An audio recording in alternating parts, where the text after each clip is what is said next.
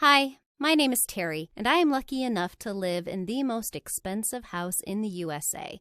But whether I am really happy spending most of my time in this golden cage, you will learn from this story. My dad is a famous Hollywood filmmaker, and therefore he is used to buying all the best and the most expensive things. In general, sometimes cost is more important to him than personal preference and convenience. For example, recently he bought himself a Maybach, although I know that he does not really like this brand of car, but he just loves Ferrari. I am sure that soon he will buy the latest model of Ferrari and will drive it, and the Maybach will remain in our garage for the sake of appearance, or rather to keep face in front of the guests. By the way, there are 80 cars in our garage, and most of them exist only as museum exhibits and are not used at all. After a while, they will be brought under the hammer, and new cool cars will be bought instead. The same applies to clothing and technology.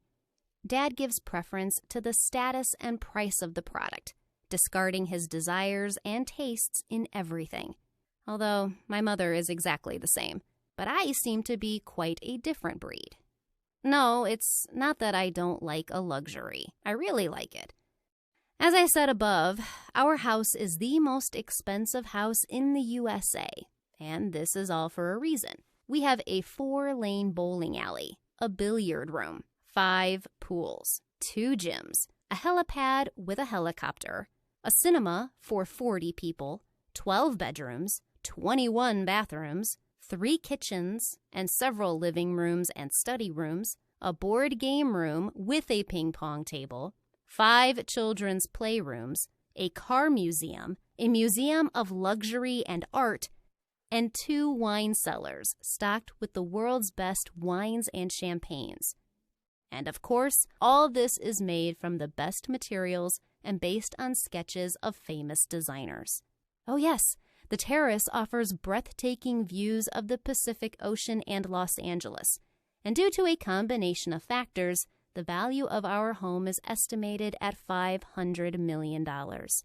I don't know if it's too much or too little. I think if there was a house that would be more expensive than ours, it would certainly become ours. We are always in pursuit of the price. And our house is really cool, stylish, and just awesome. But only if you don't live here. Although, again, it all depends on the person. While my parents enjoy our home, my existence in it has become a constant war with myself. Because I'm really from a different breed. To begin with, since childhood, I have suffered from agoraphobia. It's a fear of large, empty spaces. Now imagine how many such spaces we have in the house, and how you can hide from them. This is why I hate our house. I constantly feel a sense of panic and horror in it. My parents say that I need to visit a psychologist more often, and then everything will get better. But I don't understand why I should have to adapt to the house instead of changing it for me. And in general, why should one make a 6-star hotel out of a home? The house should be a cozy nest, not a walking show-off museum. The second problem is that after a traumatic brain injury, I lose my orientation in space sometimes. Such attacks are not frequent and last only a couple of minutes, but in our house, it is simply a disaster. Because at such moments, our huge mansion is even more frightening, and I feel real horror.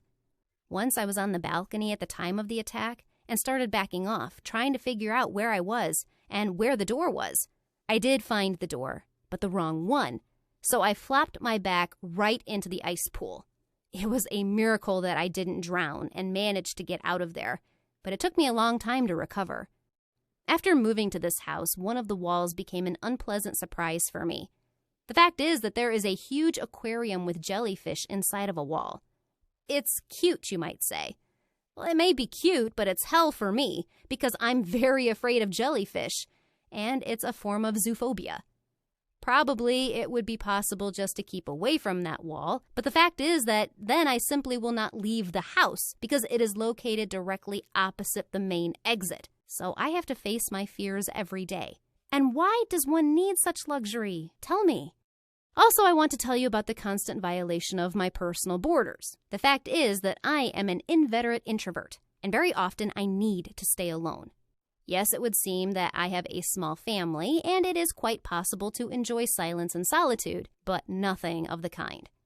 The fact is that such a huge house with all its goodies needs a lot of staff. Because of this, 5 housekeepers, 2 cooks live with us. Besides them, there are about a dozen security guards, a gardener, a pilot, 3 drivers, 4 waiters, and 2 doctors on the property. That is, instead of a quiet existence, my parents preferred to live under the same roof with a bunch of strangers. They're fine with it, but I'm totally stressed out. As an introvert, I'm quite willing to put up with my family in the house, but 24 strangers just infuriate me. I feel like I live in a barracks, not in luxury housing. In general, our employees go through a serious selection process, sign non-disclosure papers, and as a rule, work in our family for many years. But there are exceptions. So this year, a young girl of 19 years old named Mary came to the post of a housekeeper. She immediately made a good impression on us, and we were sure that she would work for us for many years. However, a week after she appeared in our house, my scandalous pictures appeared on the internet, where I eat pizza with my hands, standing at the microwave, shove huge chunks into my mouth, and drink Sprite right from a 2-liter bottle. All those photos were published under the title, "Princesses Eat Like Horses." The fact is that on that day, I came home from a concert about 2 a.m. terribly tired and hungry, and I didn't want to bother any of the staff at such a late time, so I decided to have a quick snack with anything I could find, and went to bed. I don't know about you, but it happens very rarely with me. As you already understand, Mary was the author of those pictures. Moreover, she did not even deny her guilt, and said that she did it for profit. She was fined, sentenced to a suspended sentence, but she managed to get good money for discreditable pictures. And in the end, only my reputation and the reputation of my family suffered. If you only knew how many attacks on my address were showered by acquaintances, friends, classmates, and journalists. I was called a pig, a shrew, a horse, and even a freak. Even my parents were angry with me and said that I was a disgrace to the family and that I clearly had the genes of some peasants in my blood. I was so hurt by all that, and the trust in the service staff of our family was gone forever. I asked my parents to let me go and live with one of my relatives. I cried and asked them to give me freedom because this golden cage was strangling me. I wasn't born for this. I don't belong here. However, they were adamant and said that as long as I was a teenager, they were responsible for my life and I would have to stay with them. After the incident with the photo, many people turned away from me, and I have almost no friends left. I blame everything on our huge house, because if we lived in an ordinary apartment, there would be no prying eyes and those photos. I partly blame my parents, and I sincerely don't understand what attracts them so much in this huge house. I would like to reach adulthood as soon as possible to have my own small, cozy nest. I know for sure that my house will consist of a maximum of 2 rooms. It will only have everything I need, and there will be no strangers. Would you like to live in the house I live in? And why? Write your answers in the comments. Be sure to click on the thumbs up button under this video and subscribe to our channel so that you don't miss the release of new interesting stories.